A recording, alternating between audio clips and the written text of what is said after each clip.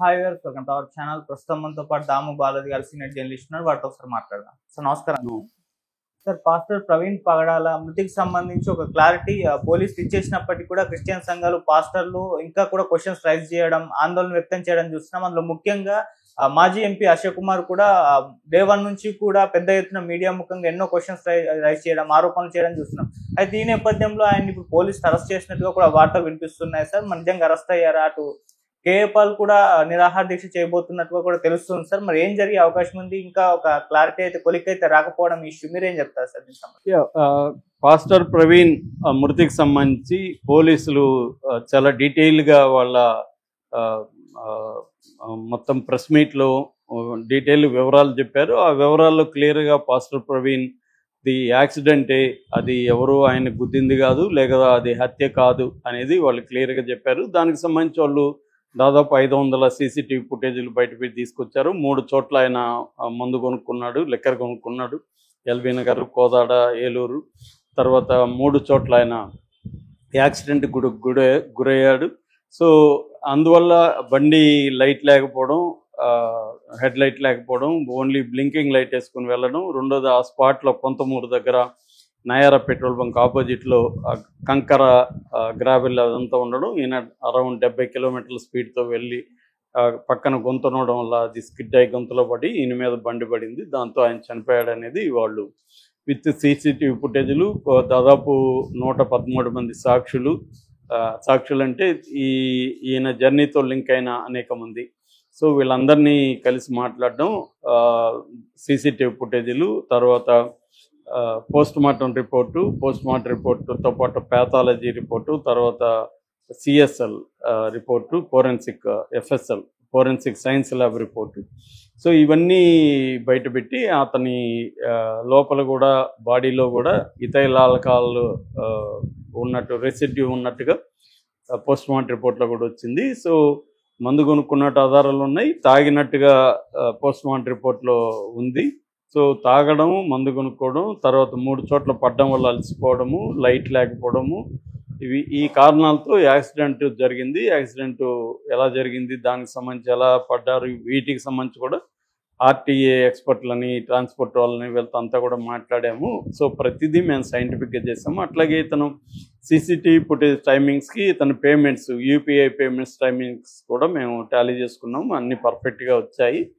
So ఎటువంటి డౌట్కి, అనుమానాలకి తావు లేదు అనేది ప్రవీణ్ కుమార్ కానీ, నరసింహ కిషోర్ కానీ, అంటే ఐజీ అండ్ ఎస్పీ ఇద్దరు కూడా డీటెయిల్గా చెప్పారు. తర్వాత కూడా మీడియా ఎవరైనా వాళ్ళని కలిసినప్పుడు ఇండిపెండెంట్ మీడియాతో కూడా చెప్పారు. కానీ క్రిస్టియన్ నాయకులు కానీ, అంటే బెల్ని లింగం కావచ్చు, ఇటు కేఏ పాల్ కావచ్చు, ఇటు హర్ష కుమార్, వీళ్ళు మాత్రం ఇది లేదు, మేము నమ్మము, ఇదంతా అబద్ధాలు, తప్పుడు రిపోర్టు చూపించారు. ఆ ఫుటేజీలు అంతవరకే ఉన్నాయి తప్ప ముందు వెనక ఎందుకు బయట పెట్టట్లేదు. ఫర్ ఎగ్జాంపుల్, యాక్సిడెంట్ ఫుటేజీ 11:42 చనిపోయినాడని చెప్తున్న ఆ ఫుటేజ్ ఉంది, కానీ మార్నింగ్ వరకు ఎందుకు మాకు చూపించట్లేదు? ఇట్లాంటి అనేక ప్రశ్నలు వీళ్ళు వేస్తున్నారు. ఈ ప్రశ్నలకి ఆన్సర్ వాళ్ళు మళ్ళొకసారి ఇచ్చేసి ఉంటే సరిపోయేది. వీళ్ళ ప్రశ్నలకు అన్నిటికీ వీళ్ళని అందరినీ పిలిచి ప్రశ్నలంతా రిటర్న్గా ఇవ్వమని, ఆ ప్రతి ప్రశ్నకి ఆన్సర్ ఇచ్చేసి ఉంటే కొంతవరకు ఉండేది. కానీ పోలీసులు ఆ పని చేయకపోవడం వల్ల ఏమవుతుందంటే చెప్పిందే చెప్తున్నారు, అప్పుడు చెప్తున్నారు. వీళ్ళు అడిగిన ప్రశ్నలకి కొత్తగా వీళ్ళు కొన్ని ప్రశ్నలు అడుగుతున్నారు. ఆ ప్రశ్నలకు ఆన్సర్లు ఇవ్వాల్సిన అవసరం ఉంది, అది ఇవ్వట్లేదు. దానివల్ల ఏమవుతుంది, జనాల్లో కన్ఫ్యూజన్ అయితే ఉంది. అది మెజారిటీ అయితే ఇది యాక్సిడెంట్ అనే నమ్ముతున్నారు ఇప్పటికి కూడా.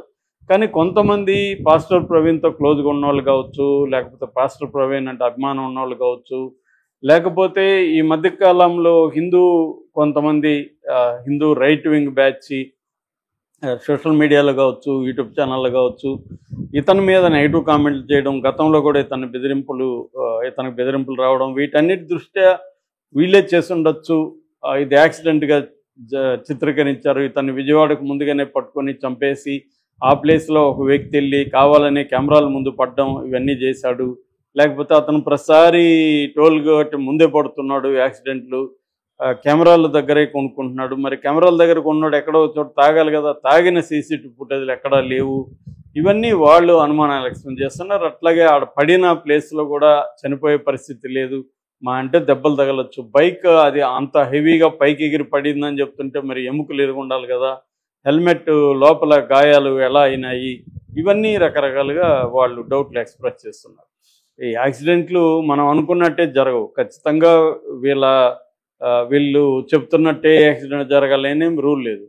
కానీ అనుమానాలు అయితే ఉన్నాయి. ఈ అనుమానాలకి ఒకసారి మళ్ళీ పోలీసులు ఎవరో ఆ ప్రతినిధులను పిలిపించి కూర్చోబెట్టుకొని ఆ ప్రశ్నలు మాట్లాడి దాన్ని కూడా లైవ్ ఇచ్చి చేసేసి ఉంటే కొంత ఇదయ్యేది. కానీ వాళ్ళు ఆ పని చేయకుండా కేసులు పెట్టడం మొదలుపెట్టారు. వాళ్ళు దాదాపు 11 మంది 12 మంది మీద ఇప్పటివరకు కేసులు పెట్టారు. ఆల్రెడీ 2-3 అరెస్ట్ చేశారు.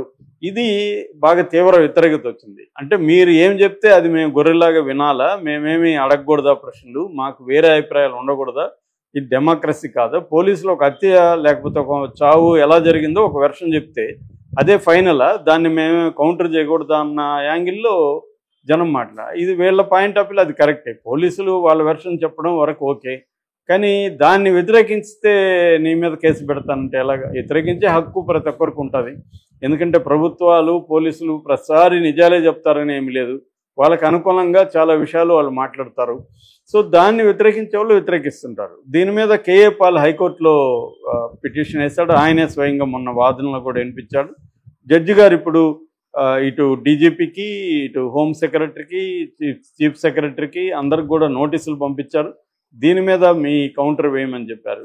సో ఇప్పుడు కోర్టుకి వెళ్ళింది. మరి కోర్టులో ఈయన మీద కేసు పెడతారా కేఏ పాల్ వ్యతిరేకించాడని? కేఏ పాల్ క్లియర్గా ఇది హత్య అని నేను నమ్ముతున్నానని చెప్తున్నాడు. అట్లాగే హర్షకుమార్ కూడా హత్యని నమ్ముతున్నాడు. ఈ నేపథ్యంలో నిన్న ఈస్టర్ పండుగ సందర్భంగా వీళ్ళందరూ కూడా అక్కడ పాస్టర్లు కావచ్చు, అభిమానులు కావచ్చు, క్రిస్టియన్ సోదరిమణులు కావచ్చు, అక్కడికి వెళ్ళి కొవ్వొత్తుల ఆయన చనిపోయిన కొంతమూరు ప్లేస్ ఏదైతే ఉందో అక్కడికి వెళ్ళి కొవ్వొత్తుల్ని ముట్టించాలనేది ఒకటి అనుకున్నారు. ఊరేగింపుకి వెళ్ళాలని అనుకున్నారు.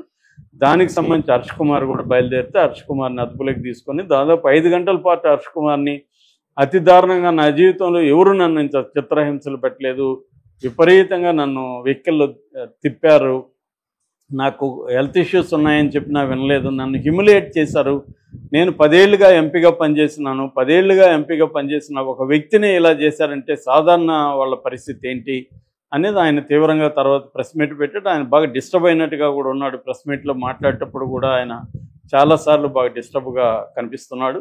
సో పోలీసులు అరెస్ట్ చేశారు. 5 గంటల పాటు నన్ను ఎక్కడెక్కడో తిప్పుతూ నన్ను భయాందోళనకు గురి చేశారని కేఏ పాల్ కూడా నేను దీనికి సంబంధించి ఈ హరాస్మెంట్లు ఆపకపోతే నేను నిరాహార దీక్ష చేస్తానని చెప్తున్నట్టుగా వార్తలు వస్తున్నాయి. దీనికి ఒక ఫుల్ స్టాప్ పెట్టాల్సిన అవసరం అయితే తెలుగుదేశం ప్రభుత్వం ఉంది. వీళ్ళ ప్రతినిధులతో మాట్లాడడం, వాళ్ళ డౌట్లని ఇచ్చేయడం లేదు, వాళ్ళని కూడా కమిటీలోకి తీసుకొని ఇన్వెస్టిగేషన్ చేయమని మేము మీకు హెల్ప్ చేస్తాం మీరే చేయండి అని చెప్పడం, ఇలాంటివి చేయాలి తప్ప మేము చెప్పేసాం ఫైనల్ అయిపోయింది అంటే ఇబ్బందులు. ఎందుకంటే చాలా డౌట్లు ఉన్నాయి. మరి సీసీటీవీ ఫుటేజీలు తెలుగుదేశం మీడియా చేతులకు ఎలా వచ్చిందనే దానికి పోలీసులు ఆన్సర్ లేదు. ఎలా వచ్చింది వాళ్ళ దగ్గరికి ముందుగా రాకూడదు కదా, ఎక్కడి నుంచి వచ్చింది పోలీసులే ఇచ్చారు. క్లియర్గా ముందుగానే ఒక నెరేటివ్ క్రియేట్ చేసి ఈ అబ్బాయి యాక్సిడెంట్ ముందు దాకా